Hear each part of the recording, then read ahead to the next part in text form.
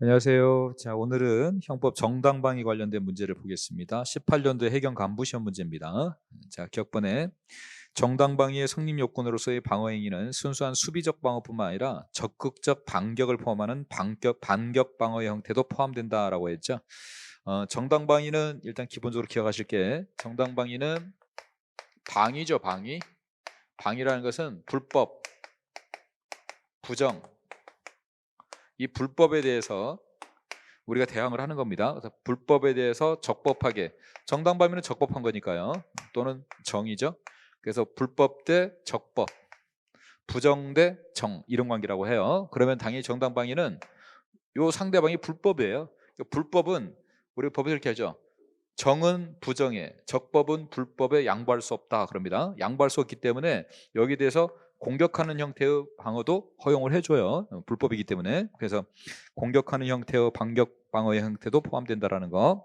자, 니은번 정당방위가 인정되기 위해서 요구되는 부당한 공격의 현재성에 대해서는 현행법상 예외를 인정하지 않는다. 자, 현재성에 대한 예외니까 우리가 뭐라고 하냐면 정당방위는 원래는 현재성이 있어야 되죠. 현재성이 있는데 예방적 정당방위가 가능하냐? 자, 원칙적으로 예방적 정당방위는 안 됩니다. 원래는 안 되는데 우리 법에 예외가 하나 있어요. 이건 원래는 안 되는데 예외로 예방적 정당방위가 하나 가능한 게 폭력행위 등 처벌에 관한 법률이 있어요. 폭력행위 등 처벌에 관한 법률에 가보면 8조에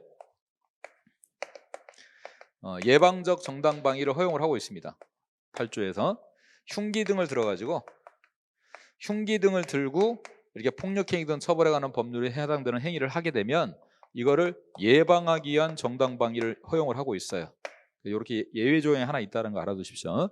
폭처법에 흉기 등을 들고 폭력을 하는 경우 예방하기 위한 정당방위를 허용하고 있다는 거. 그래서 여기 예외를 인정하고 있다는 것만 아시면 돼요. 폭처법에서. 그래서 예외를 인정하고 있지 않다 그러면 틀린 겁니다. 디귿번에 갑이 을 소유의 자동차를 절취해서 을의 친구인 병을 그 차에 감금시키자 병이 그 차의 창문을 부수고 탈출한 경우 병의 자동차 창문 손괴 행위. 자, 병이 자동차를 창문 손괴할 수 있죠. 충분히 감금당한 사람이니까. 그런데 이제 문제가 하나 있는 게 지금 정당방위가 가능하냐 그랬는데 정당방위는 누구한테 하는 거라고 그랬죠? 이 불법을 저지르는 사람한테 해야 돼요. 정당방위는 불법을 저지르는 사람한테 해야 되는데 지금 디귿번에 보면 감금을 한 사람은 갑이에요.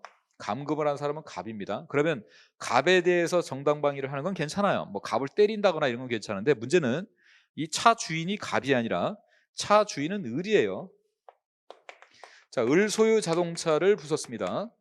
을 소유 자동차를 부쉈는데 이 을은 불법을 저지른 사람이 아니란 말이에요. 그러면 정당방위는 불법을 저지른 사람한테서 하는 건데 을은 이건 정당한 사람이에요. 이 사람은 법을 위반한 사람이 아니란 말이에요. 그래서 따라서 이 을 소유의 자동차를 손괴하는 건 정당방위가 될 수가 없습니다. 왜냐하면 을은 적법한 사람이기 때문에. 그럼 이 사람은 가만히 있어야 되느냐? 을 소유의 자동차를 손괴하는 행위를 허용을 합니다. 왜? 지금 죽게 생겼으니까. 이거는 긴급 피난으로 가능한 겁니다.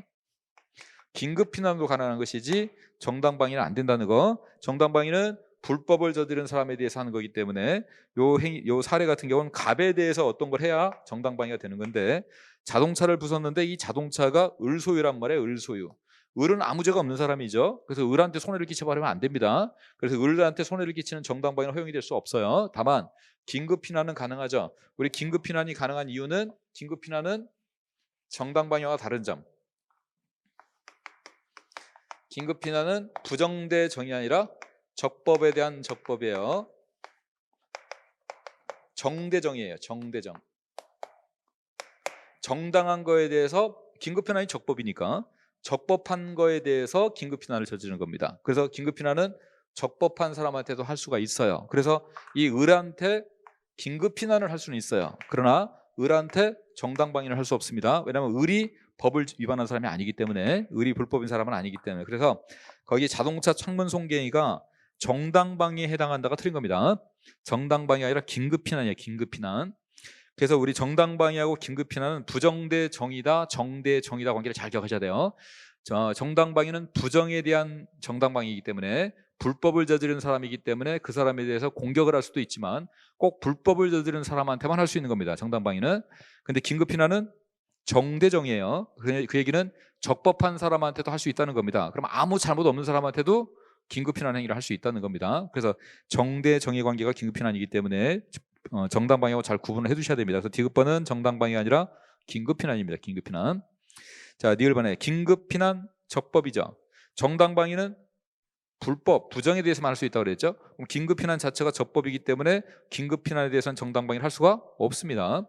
또 하나, 정당 방위 자체도 적법이죠. 정당 방위가 위법성을 조각하기 때문에, 그럼 정당 방위도 적법이기 때문에 적법인 정당 방위에 대해서 또 정당 방위 안 되는 겁니다.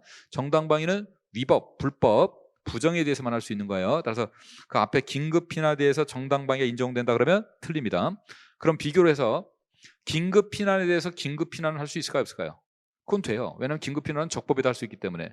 그럼 정당 방위에 대해서 긴급 피난 돼요.